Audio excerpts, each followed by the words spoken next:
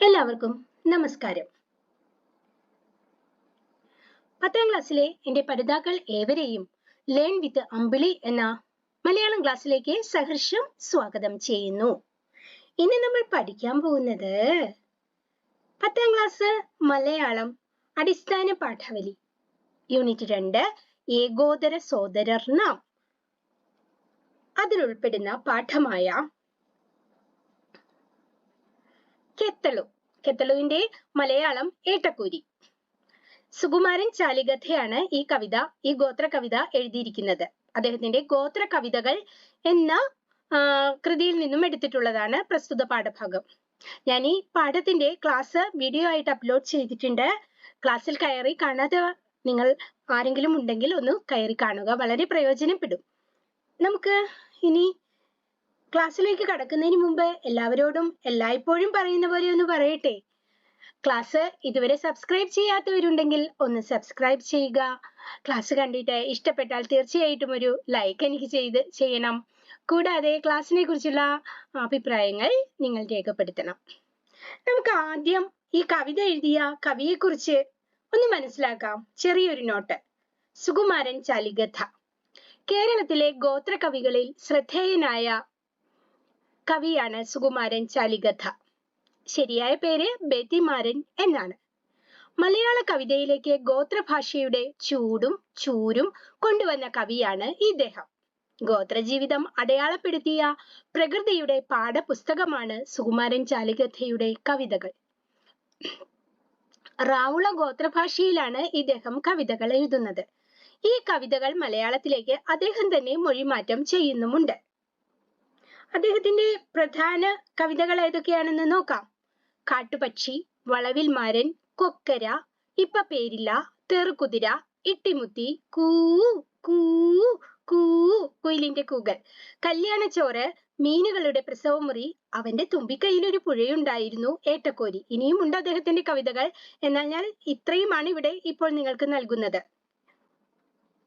ഇനി നമുക്ക് നമ്മുടെ പഠന പ്രവർത്തനങ്ങളിലേക്ക് പോകാം അല്ലേ? നമ്മുടെ പാഠപുസ്തകത്തിന്റെ കവിതയുടെ പുറകിലായിട്ട് തന്നിട്ടുള്ള ചോദ്യങ്ങളും അതിന്റെ ഉത്തരങ്ങളുമാണ് നമ്മൾ ആദ്യം ചെയ്യുന്നത്. നോക്കാം. കവിതയിൽ ആവിഷ്കരിച്ചിരിക്കുന്ന ദൃശ്യങ്ങൾ എന്തെല്ലാമാണ്? അവയുടെ സവിശേഷതകൾ അവതരിപ്പിക്കുക. തീർച്ചയായിട്ടും കെത്തളു എന്ന കവിതയില് അത് ദൃശ്യങ്ങൾ കൊണ്ട് നിറഞ്ഞതാണ്. എത്രയെത്ര ദൃശ്യങ്ങളാണ് കവി നമ്മുടെ മുന്നിൽ കാണിച്ചു തരുന്നത്. ഗോത്ര ജീവിതവുമായി ബന്ധപ്പെട്ട ചിത്രങ്ങളാണ് കവിതയിൽ അവതരിപ്പിക്കുന്നത്. പ്രകൃതിയിൽ കാണുന്നതെന്തും കവിയെ ആകർഷിക്കുകയും അവ കവിതയിൽ വാക്കുകൾ കൊണ്ടുള്ള ദൃശ്യങ്ങളായി ആവിഷ്കരിക്കുകയുമാണ് ചെയ്തിരിക്കുന്നത്. അതോടൊപ്പം മനുഷ്യർ കാടിനെ ആശ്രയിച്ച് ജീവിക്കുന്ന ഗോത്ര വിഭാഗത്തിനെയും ചൂഷണം ചെയ്യുന്ന ദൃശ്യങ്ങളും നമുക്ക് കവിതയിൽ കാണാൻ സാധിക്കും. ഇനി ദൃശ്യങ്ങൾ എന്തൊക്കെയാണെന്ന് നോക്കാം. ഇതാ കാട്ടാനയുടെ പ്രസവം. കാട്ടിലെ നീർച്ചോലകളിൽ മീനുകളെ പിടിക്കാനായി മുങ്ങാങ്കുഴിയിടുന്ന നീർക്കാക്കകൾ, നീർക്കാക്കയിൽ നിന്നും രക്ഷപ്പെടാൻ ശ്രമിക്കുന്ന മീനുകൾ, മരങ്ങളിൽ ചുറ്റി വളരുന്ന മരവാഴകളിലെ പൂവുകൾ, പുഴയിലെ ഒഴുക്കിൽ ഉരസി തേഞ്ഞു വെളുത്ത കല്ലുകൾ, കാട്ടിലെ പൊന്നിന്റെ സാന്നിധ്യം, ഒളിഞ്ഞു നോക്കുന്ന കൈതപ്പൂക്കൾ, പുല്ലുകൾക്കിടയിൽ കുരുങ്ങിക്കിടക്കുന്ന മുയലുകൾ, പുഴയ്ക്ക് കുറുകെ നീന്തുന്ന വാളമീനുകൾ, 7 മലയും 7 പുഴയും ചാടുന്ന ഏട്ടക്കുരി, മരങ്ങളെല്ലാം വെട്ടിയെടുത്ത് വെളുത്തുപോയ മലകൾ, കച്ചവടത്തിനായി പാറകൾ പൊട്ടിക്കൽ. ഇങ്ങനെ അനേകം ദൃശ്യങ്ങൾ ഈ കവിതയിലൂടെ കവി നമുക്ക് കാണിച്ചു തരുന്നു. ഇനി നമുക്ക് അടുത്ത ചോദ്യം എന്താണെന്ന് നോക്കാം. ഇതാ കവിതയിലെ ഗോത്രഭാഷാ പദങ്ങൾക്ക് തുല്യമായ പ്രാദേശിക ഭാഷാ പദങ്ങൾ കണ്ടെത്തി പട്ടികപ്പെടുത്തുക. നമ്മുടെ കെത്തളു എന്ന കവിത റാവുള ഗോത്രഭാഷയിലാണല്ലോ എഴുതിയിരിക്കുന്നത്. ആ ഗോത്രവർഗം സംസാരിക്കുന്ന ഭാഷയാണത്. അതുകൊണ്ട് തന്നെ നമ്മുടെ മലയാള ഭാഷയിൽ നിന്നും പല പദങ്ങൾക്കും വളരെയധികം വ്യത്യസ്തത കാണാൻ നമുക്ക് സാധിക്കും. നമ്മുടെ കവി തന്നെ അത് മൊഴിമാറ്റം നടത്തി മലയാള ഭാഷയിലേക്ക് എഴുതിയിട്ടുണ്ട്. പ്രാദേശിക ഭാഷാപദം എന്ന് പറയുമ്പോൾ നമ്മുടെ മലയാള ഭാഷയെയാണ് ഇവിടെ അർത്ഥമാക്കുന്നത്. നമുക്ക് നോക്കാം. കെത്തളു, അതിന്റെ പ്രാദേശിക ഭാഷാപദം ഏട്ടക്കൂരി. കാണി, ഇല. വേണു, വേണം. ബൂന്ത, വീണ. പെറ്റുപൂന്ത എന്ന് പറയുന്നുണ്ടല്ലോ ആനയുടെ കാര്യം. ഇതാ കുറച്ച് പദങ്ങൾ കൂടി ഉണ്ട് കേട്ടോ. മുങ്കിന്ന, മുങ്ങിയ. മരബാവു പൂവ്, മരവാഴപ്പൂവ്. മൂക്കുബെട്ടു, മൂക്കുത്തി. ഒറ്റിമലഞ്ച, ഒളിഞ്ഞു നോക്കിയ. കാട്ടുമുവൽ, കാട്ടുമുയൽ. ബാലെ, വാള. അതൊരു മീനാണ്. ചാന്തു, ചന്ത. നാൻ, ഞാൻ. ഏവു, ഏഴ്. പൂവേ, പുഴയെ. ഇനിയും ആ കവിതയിൽ അനേകം ഇതുപോലെയുള്ള ഗോത്ര ഭാഷാ വാക്കുകളുമുണ്ട്, അതിന്റെ പ്രാദേശിക ഭാഷാ വാക്കുകളുമുണ്ട്. കുറെ ഞാനിവിടെ നൽകിയിട്ടുണ്ട്. നിങ്ങളും ഒന്ന് ശ്രമിച്ചു നോക്കൂ. ശ്രമിച്ചാൽ നേടാത്തതായിട്ട് ഒന്നുമില്ലല്ലോ. ഒന്ന് ശ്രമിക്കുക. ഇനി നമുക്ക് അടുത്ത ചോദ്യം ഒന്ന് നോക്കാം. ഇതാ കവിതയിലെ 2 വരികളാണ് നൽകിയിരിക്കുന്നത്. കുത്തി വീണ കല്ലുകളെല്ലാം വെളുത്ത ചോര കക്കുന്നു. നമ്മോട് ചെയ്യാൻ പറഞ്ഞിരിക്കുന്നത് കവിയുടെ വേദനയിൽ സമത്വബോധത്തിന്റെ വിശാല തലങ്ങൾ കണ്ടെത്താനാവുമോ ചർച്ച ചെയ്യുക.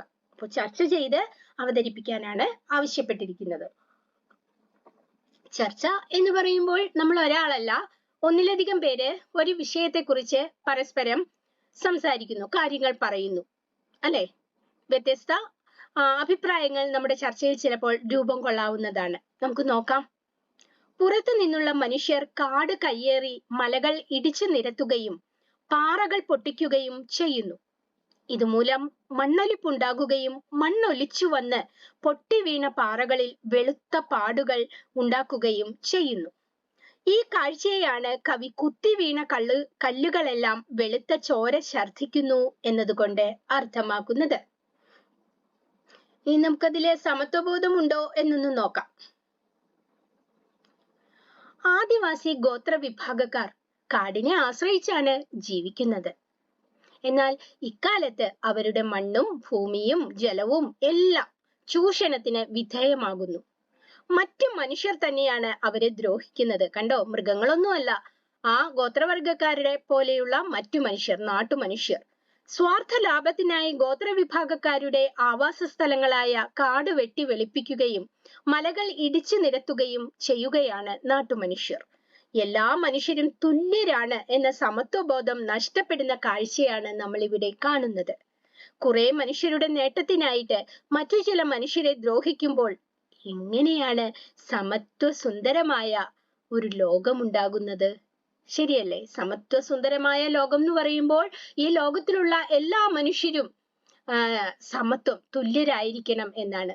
ഒരിക്കലും അങ്ങനെയല്ല എന്നാണ് ഇന്നത്തെ ലോക ചരിത്രം നമ്മുടെ മുന്നിൽ കാണിച്ചു തരുന്നത്, എല്ലാ തലങ്ങളിലും. അടുത്ത ചോദ്യം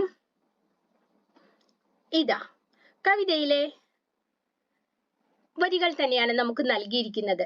7 മലകൾ ചാടിയിട്ടും 7 പുഴകൾ കടന്നിട്ടും ഏട്ടക്കൂരി തിരിച്ചിറങ്ങി, ഊത്തക്കാലത്തും രക്ഷയില്ല.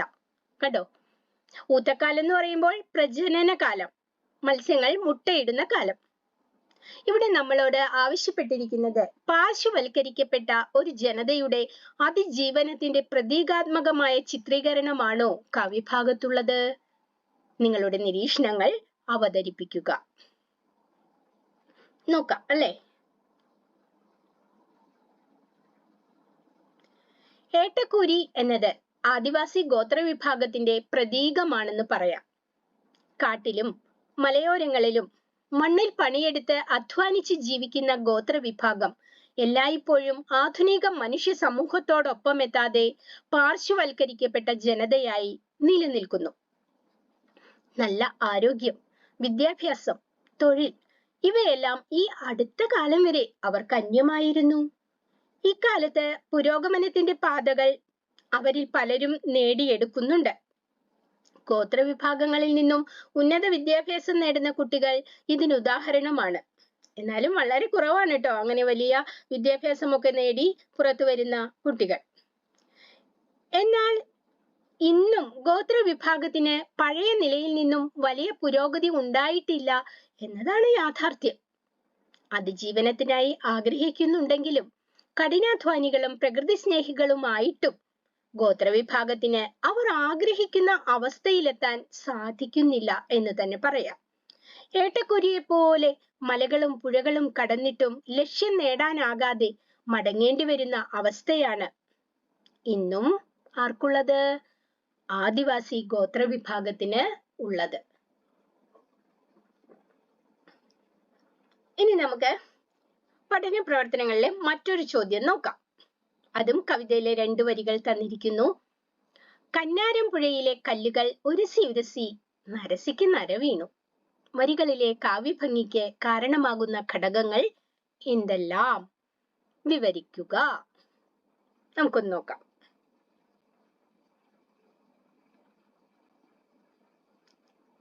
ഇതാ അത്യന്തം കാവ്യഭംഗി നിറഞ്ഞു നിൽക്കുന്ന വരികളാണ് നമുക്ക് നൽകിയിട്ടുള്ളത്. വരികളിലെ ന, ര, ക എന്നീ അക്ഷരങ്ങൾ ആവർത്തിച്ചു വരുന്നത് വരികൾക്ക് പ്രത്യേക ഭംഗി നൽകുന്നുണ്ട്. പുഴ എല്ലായ്പ്പോഴും ഒഴുകുന്നു. ശരിയല്ലേ? പുഴ എവിടെയെങ്കിലും നിൽക്കുന്നുണ്ട്, അങ്ങനെ ഒഴുകിക്കൊണ്ടിരിക്കും. ഒഴുക്കിനനുസരിച്ച് പുഴയുടെ അടിത്തട്ടിലെ കല്ലുകൾ നീങ്ങുകയും കൂട്ടിയുരഞ്ഞ് മിനുസപ്പെടുകയും ചെയ്യുന്നു. പുഴയിലെ കല്ലുകൾ പല നിറത്തിലും വലിപ്പത്തിലും മിനുസമാർന്ന് കാണപ്പെടുന്നു. പുഴയുടെ തുടർച്ചയായ ഒഴുക്കും കഠിനമായ കല്ലിനെ പോലും രൂപമാറ്റം വരുത്തി ഭംഗിയാക്കാനുള്ള ശക്തിയും ഈ വരികളിലൂടെ വ്യക്തമാകുന്നുണ്ട്. അതിനാൽ തന്നെ വരികളിൽ ആശയഭംഗിയും രൂപഭംഗിയും നിറഞ്ഞു നിൽക്കുന്നു എന്നും നമുക്ക് പറയാവുന്നതാണ്. ഇനി നമുക്ക് പഠന പ്രവർത്തനങ്ങളിലെ ഇത്രയും ചോദ്യങ്ങളുടെ ഉത്തരമാണ് ഞാൻ നിങ്ങൾക്ക് നൽകുന്നത്. ഇനി പാഠവുമായി ബന്ധപ്പെട്ട മറ്റു ചില ചോദ്യങ്ങൾ. കെത്തളു എന്ന കവിതയിൽ ഴ എന്ന അക്ഷരം കാണുന്നില്ല. ഴയ്ക്ക് പകരം വരുന്ന അക്ഷരം ഏത്? ഴ എന്ന നമ്മുടെ മലയാള ദ്രാവിഡ ഭാഷയിലുള്ള ആ അക്ഷരം നമ്മുടെ ഇവിടെ ഗോത്രഭാഷയിൽ ഇല്ല, കവിതയിൽ കാണുന്നില്ല. പക്ഷെ ഴയ്ക്ക് പകരം മറ്റൊരക്ഷരം അവർ ഉപയോഗിക്കുന്നുണ്ട്. ഏതാണ്? വ. ആ പുഴയെ കുറിച്ച് പുഴ, പുവേ എന്നല്ലേ പറയുന്നത്? അങ്ങനെ കുറെ ഉണ്ട് അതിലേക്ക്. അടുത്ത ചോദ്യം, കെത്തളു എന്ന കവിത ഏത് ഗോത്രഭാഷയിലാണ് എഴുതിയിട്ടുള്ളത്? അത് നമുക്കറിയാം. ഏതാണ്? റാവുള ഗോത്രഭാഷയിൽ. റാവുള ഭാഷയെ കുറിച്ച് ഞാൻ പറഞ്ഞിരുന്നല്ലോ. റാവുള ഗോത്രഭാഷ 4 ഭാഷകളുടെ സങ്കരമാണ്. ഏതൊക്കെയാണ് 4 ഭാഷകൾ? നമ്മുടെ മലയാളം, തമിഴ്, തെലുങ്ക്, കന്നഡ. ഇത് 4 ഭാഷയും ദ്രാവിഡ ഭാഷകളാണ് കേട്ടോ. ഈ 4 ഭാഷയുടെയും സമ്മിശ്രമാണ് റാവുള ഗോത്രഭാഷ. അടുത്തത്, മരത്തിന്മേലുള്ള മരവാഴപ്പൂക്കൾ ആരെയാണ് തേടുന്നത്? മരവാഴപ്പൂക്കൾ നമ്മുടെ നാട്ടിലെ ഓർക്കിഡ് ആണ്. കാണാൻ നല്ല ഭംഗിയുള്ള പൂക്കളല്ലേ ഓർക്കിഡ് പൂക്കൾ. ഇവിടെ മരവാഴപ്പൂക്കൾ ആരെയോ ഇങ്ങനെ നോക്കുന്നുണ്ട്, ആരെയോ പ്രതീക്ഷിക്കുന്നുണ്ട്. നമ്മൾ പഠിച്ചു. ആരെയാണ്? 5-8 പെണ്ണുങ്ങളെയാണ് തേടുന്നത്. എന്തിനാ പൂവ് പെണ്ണുങ്ങളെ തേടുന്നതെന്ന് നമ്മൾ പഠിച്ചല്ലോ. അതെ, ആ പൂക്കൾ ആ പെണ്ണുങ്ങളൊന്ന് തലമുടിയിൽ ചൂടുന്നതിന് വേണ്ടിയിട്ട് ആ പൂക്കൾ അങ്ങനെ നോക്കുകയാണ് പെണ്ണുങ്ങളെ, ആരെങ്കിലും വരുന്നുണ്ടോ എന്ന്. ഇനി നമുക്ക് നോക്കാം. ആരോ ഒരാൾ കാട്ടിലേക്ക് ഓടിക്കളഞ്ഞല്ലോ. ആരാണ് കാട്ടിലേക്ക് ഓടിക്കളഞ്ഞത്? മറ്റാരുമല്ല, പൊന്നും ചുമന്നുകൊണ്ട് പോകുന്ന പൊൻകുഴിപ്പുഴ. പൊൻകുഴിപ്പുഴയാണ് കാട്ടിലേക്ക് ഓടിക്കളഞ്ഞത്. എന്ന് വെച്ചാൽ കാടിന്റെ ഉള്ളിലേക്ക് അങ്ങനെ ഒഴുകി പോകുന്നു എന്നർത്ഥം. എന്തൊരു ചന്തം എന്ന് കവി പറയുന്നത് ഏത് കാഴ്ച കണ്ടിട്ടാണ്? നമുക്കൊന്ന് നോക്കാം അല്ലെ, ഏത് കാഴ്ചയാണെന്ന്. പുഴയ്ക്ക് കുറുകെ നീന്തുന്ന വാളയെയും കരയിലേക്ക് ചാടുന്ന ഏട്ടക്കുരിയെയും കണ്ടിട്ടാണ് കവി എന്തൊരു ചന്തം എന്ന് പറയുന്നത്. ശരിയാണത്. നമ്മളെ ചെറിയ തോടുകളിലോ അരുവികളിലോ പുഴകളിലോ ഒക്കെ ചെന്ന് അതിന്റെ കരയിൽ ഇങ്ങനെ നിൽക്കുമ്പോൾ നല്ല തെളിഞ്ഞ വെള്ളമായിരിക്കും. ഈ വെള്ളത്തിലൂടെ ഈ മീനുകൾ ഇങ്ങനെ അങ്ങോട്ടും ഇങ്ങോട്ടും നീന്തുന്നത് നമുക്ക് കാണാൻ സാധിക്കും. നല്ല രസമാണ്. അതുകൂടാതെ ചില മീനുകൾ വെള്ളത്തിൽ നിന്ന് ഇങ്ങനെ കുതിച്ചു മുകളിലേക്ക് അങ്ങോട്ട് പൊങ്ങും. എന്നിട്ട് വീണ്ടും അത് വെള്ളത്തിലേക്ക് ബ്ലും എന്നും പറഞ്ഞ് വീഴും. വീണ്ടും അത് മുകളിലേക്ക് ചാടും. ആ കാഴ്ച കാണാൻ അതീവ ഭംഗിയാണ് കേട്ടോ. നമ്മൾ അങ്ങനെ നോക്കി നിന്ന് പോകും. ഇവിടെ കവിക്കും ഈ പുഴയുടെ കുറുകെ നീന്തുന്ന വാളയെയും കരയിലേക്ക് ചാടുന്ന ഏട്ടക്കുരിയെയും കണ്ടിട്ട് നല്ല ചന്തം എന്ന് തോന്നുന്നു. അപ്പോൾ മറ്റൊരു ചോദ്യം നോക്കാം നമുക്ക്. ഗോത്ര കവിതകളെ കുറിച്ച് നമുക്കൊരു ലഘുകുറിപ്പ് തയ്യാറാക്കാം. എന്താണ് ഗോത്ര കവിതകൾ? ഗോത്രവർഗക്കാർ അധ്വാനിക്കുമ്പോൾ അവരുടെ ജോലിഭാരം ലഘൂകരിക്കാനും ജോലി ചെയ്യുന്നതിന് ഉത്സാഹത്തിനായും പാടുന്ന പാട്ടുകളാണ് ഗോത്ര കവിതകൾ. ഇത്തരം കവിതകൾക്ക് ആദിമധ്യാന്ത പൊരുത്തമോ പ്രത്യേക ആശയമോ ഒന്നും ഉണ്ടാകാറില്ല. ഗോത്രവർഗക്കാരുടെ ആത്മാവിഷ്കാരമാണ് പല കവിതകളും. ആത്മാവിഷ്കാരം എന്ന് വെച്ചാൽ അവരുടെ ജീവിതത്തിൽ അവർ കാണുന്നതും അനുഭവിക്കുന്നതുമായ കാര്യങ്ങൾ. ഗോത്രഭാഷയ്ക്ക് ലിപി ഇല്ലാത്തതിനാൽ അത് ലിഖിത രൂപത്തിലാക്കാൻ സാധ്യമല്ല. ലിപി സമ്പ്രദായം, നമ്മുടെ മലയാള ഭാഷയ്ക്ക് മലയാള ലിപികളുണ്ട്, അക്ഷരങ്ങളുണ്ട് അല്ലെ. ആ ഈ എന്ന സ്വരാക്ഷരങ്ങളും ക ഖ ഗ ഘ ങ എന്ന വ്യഞ്ജനാക്ഷരങ്ങളും ഉൾപ്പെടുന്ന ഒരു അക്ഷര ലിപിയുണ്ട്. പക്ഷേ ഈ ഗോത്രഭാഷകൾക്ക് ഒന്നും തന്നെ ലിപിയില്ല. അതാണ് അവർക്കതൊന്നും എഴുതി വെക്കാനോ അച്ചടിച്ചു വെക്കാനോ ഒന്നും സാധ്യമാവാതെ വന്നത്. വാമൊഴിയിലൂടെ കേട്ട് പഠിച്ച്, വാമൊഴി എന്ന് വെച്ചാൽ വാക്കുകളിലൂടെ കേട്ട് പഠിക്കുക. വാമൊഴിയിലൂടെ കേട്ട് പഠിച്ച് പാടുന്ന ഈ പാട്ടുകൾ ഇക്കാരണത്താൽ പാട്ട് അറിയാവുന്ന വ്യക്തിയുടെ മരണത്തോടെ എന്നേക്കുമായിട്ട് ഇല്ലാതെയാകുന്നു, വിസ്മൃതിയിലാകുന്നു. ഇതാണ് കവിതകളെ കുറിച്ച് അല്ലെങ്കിൽ ഗോത്രഭാഷയെ കുറിച്ച് പറയാനുള്ള ഒരു ലഘുക്കുറിപ്പ്. ഇനി നമുക്ക് ഈ പാഠത്തിൽ ഏകദേശം പരീക്ഷയ്ക്ക് വരാവുന്ന ചോദ്യങ്ങളും ഉത്തരങ്ങളും എല്ലാം ഞാൻ നൽകിയിട്ടുണ്ട്. അപ്പോൾ നമുക്ക് അടുത്ത പാഠവുമായിട്ട് അടുത്ത ക്ലാസ്സിൽ കാണാം അല്ലേ. അതുവരെ നിങ്ങൾക്ക് എല്ലാവർക്കും എൻ്റെ നന്ദി, നമസ്കാരം.